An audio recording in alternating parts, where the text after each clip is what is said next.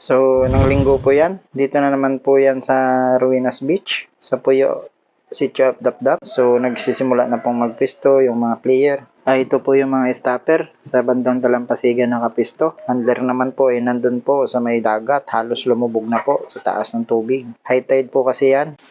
Langoy talaga kung langoy. Yung mahirap talaga sa bukon remote control, no? Excuse me po. Pag bukon remote control. Malangoy kita. Sambata maayo. Hindi na na. Sakol bobong? Nag-aantay na po yung ibang player. Inaantay na makalinya ng maayos. Dapat kasi nakapisto ng pantay at ayos. Yan, mag-i-start na po tayo. Agwat ka mo, agwat!